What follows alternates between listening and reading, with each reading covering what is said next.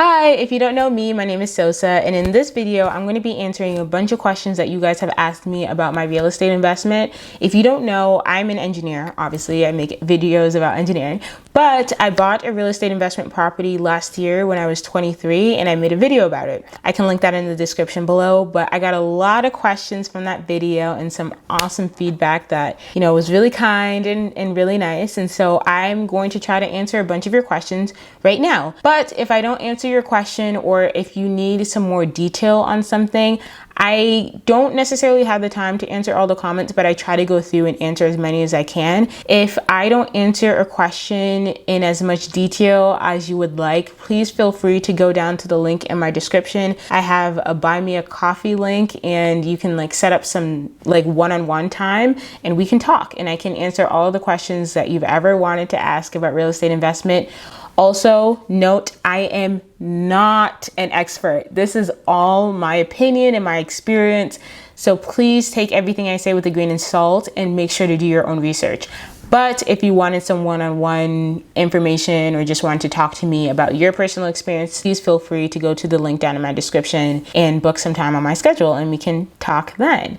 But yeah, so let's get started. So the first question that I have here is, did you consult with a CPA or lawyer at any point? No, I did not. I did not contact a CPA or lawyer. I felt like the process, at least with all the research that I did, was easy enough that I don't think I needed a CPA or a lawyer. I think when it comes to tax time, I will definitely probably take advantage of a CPA. But in terms of a lawyer, no, I didn't need one. I think you could need one when you're when you're trying to create your leases, because that's like a legally binding document. So it would be a good idea to contact a lawyer for that. But because I have property management and they have their own lawyers, they kind of went through the documents of the lease that I had originally come up with, and then they kind of went through it to figure out which parts were legal, weren't legal, what I needed to add and things like that. So personally, I did not have a lawyer, but my property management does or did or whatever, and they used it in terms of reviewing my lease. But no, I don't think I needed one, and hopefully I won't need one anytime soon. But yeah, so no, didn't use a CPA, didn't use a lawyer. Next question is, did you have a mentor through the process? So yes and no, I guess. I didn't have a formal mentor. I am a type of person who likes to kind of do my own research, figure out what kind of resources I need, and then reach out to people if I need to reach out. So that part is kind of no, I didn't really seek out mentors or anything like that, because I was very new to the industry, so I didn't really know who to reach out to be my mentor. But the real estate agent I used, and she's amazing, she kind of ended up being a mentor in the sense that she would help me with finding lenders and talking to contractors and helping me navigate the entire process, because it was all very new to me and I was very young, and she has a lot of experience. And to this day, I still run ideas by her, and then she'll kind of tell me what's good or what's not. And in the area that I'm investing in, she's lived there almost her entire life, I think. She's like my go-to person that I will talk to about different deals in that area. And I would call her a mentor for sure, but it's not like a formal process that I was out looking for a mentor. It just ended up that I ended up working with her to find homes, and she just ended up becoming a really amazing mentor figure for me, and I could be able to go to her for advice on anything. And it kind of just ended up that way. So I was really lucky in that sense. But I know a lot of people do have mentors in real estate investing. I don't know if it's necessary per se. I think you could definitely get far in this industry without having a mentor, but it's nice to have one because they've been in the business for so long that they could be able to let you know some of the issues that they ran into, problems they've had, and kind of give you their experience, especially if you have a mentor who is extremely successful and what they're doing. They could be a wealth of information for you. And for me personally, I think, the agent that I have and who I ended up working with ended up being a really amazing mentor for me. So yeah, wasn't looking for it, but I ended up having one, which is great. Next question is, how did you find your property manager who handles maintenance? So I did extensive Google searching for a property manager. I also talked to a contractor that I was using at the time and my real estate agent, of course, and I talked to a bunch of different people. With property management, it's essential to do your research because these are the people that you are handing your property over to. Like this is your baby. This is literal your business. If it's an investment property, it's your business, and so you want to be in business with somebody who's going to take your things seriously and who is up to par for you. Before doing the research, you kind of have to figure out what you're looking for and what type of management would be best for you.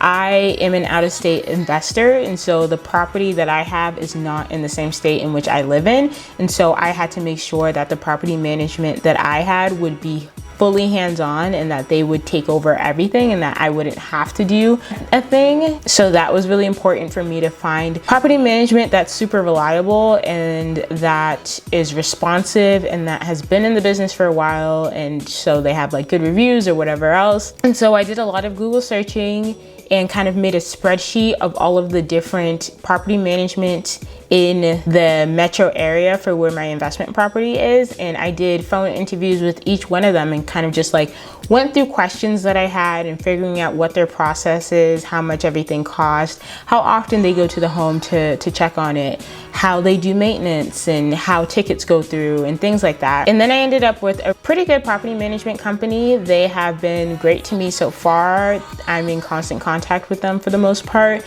And my tenant, all of their questions and maintenance goes through so if there's something wrong with the home, so like recently the toilet was clogged or something, the tenant doesn't come to me, they go directly to the property manager, and then the property manager will then outsource a handyman to come in and fix things. So I don't have to do that day-to-day work type of stuff. Property management usually calls me if there's something bigger that happens. So like recently there was a flood, and so the crawl space of the house got flooded, and so they had to call me because the repairs would have been more than, you know, the usual repair for like fixing a toilet or whatever. So they usually call me for bigger things like that.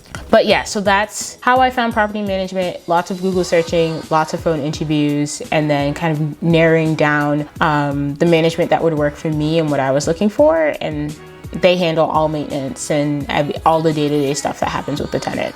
So next question, did you need a cosigner?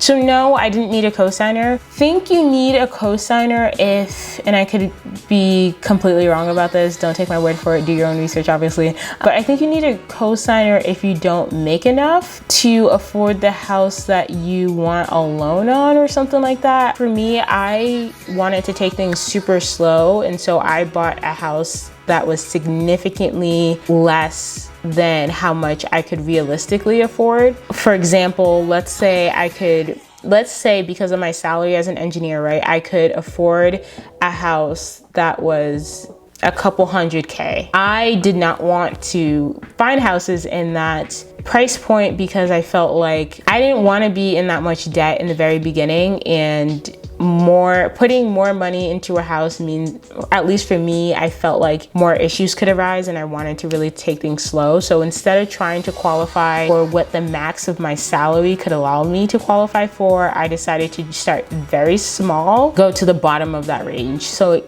instead of going for a home that was a couple $100,000, I went for a home that was way less than that. Hopefully that makes any sense. So that I knew I would qualify for it right off the bat because my salary would allow it. I wouldn't need a cosigner because, again, like, I have the resources that I would need to pay for the mortgage if for whatever reason the tenant wasn't able to pay.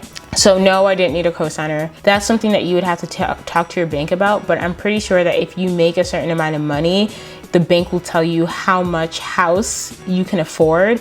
And if you're trying to buy a house that is more than what you can afford, in that case, you would need a cosigner. But because I was buying a house significantly less than what I could afford, just for, you know, precaution reasons, because I didn't want things to be too risky, then you should be able to qualify without needing a cosigner. Or at least that's what happened for me. Next question is, did you consider any other places to buy? If yes, where? So in the video where I was talking about my real estate investment, I talked about how my investment was in Georgia. And so, yes, I thought about other places to invest.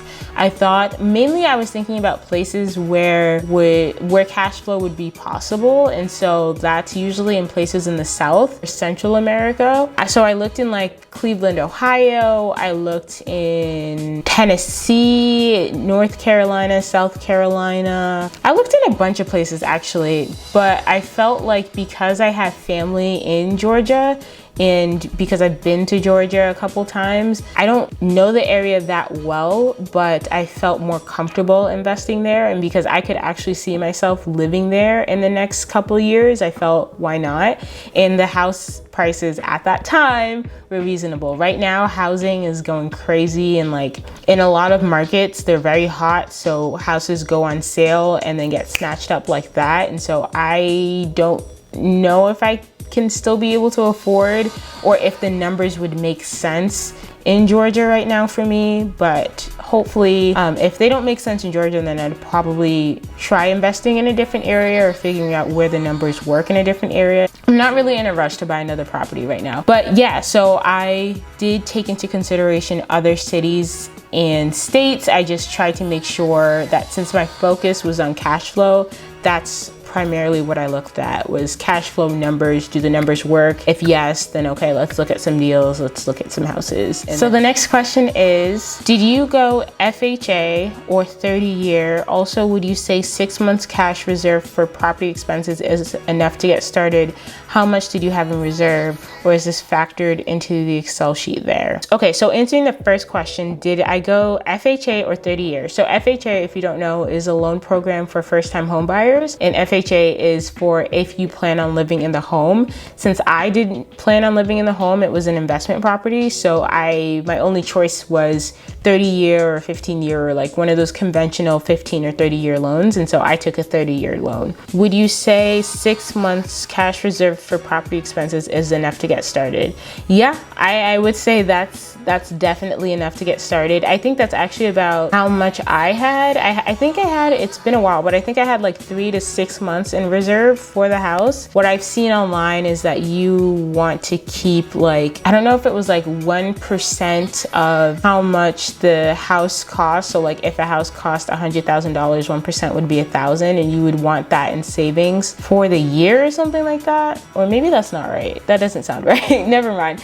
But I think I definitely had 6 months of rent or mortgage payment saved up. So I had that, and then I had a couple thousand saved up for in case any repairs happened. And I think the bank actually does look for that when they go to approve your loan. They're trying to see if you go and buy this house, that you are not completely wiped out paying the down payment and closing costs and all the other fees that come with buying a house, and that you still have some kind of reserve. And sometimes they take your retirement income or like your 401k or things like that into consideration when looking at reserve, but you kind of want to make sure that you have a little bit of cash on hand that is liquid that you can use instead of relying on your 401k, because that also comes with penalties if you end up taking out that money. But yeah, so yeah, I had a couple months reserve for the property. And is that all factored into my Excel sheet? No, my reserves are not factored into the Excel sheet. The Excel sheet is just purely to give me a very rough estimate of how much I could be making per month off of the property. Obviously, a lot of things could come up, like you could have repair issues or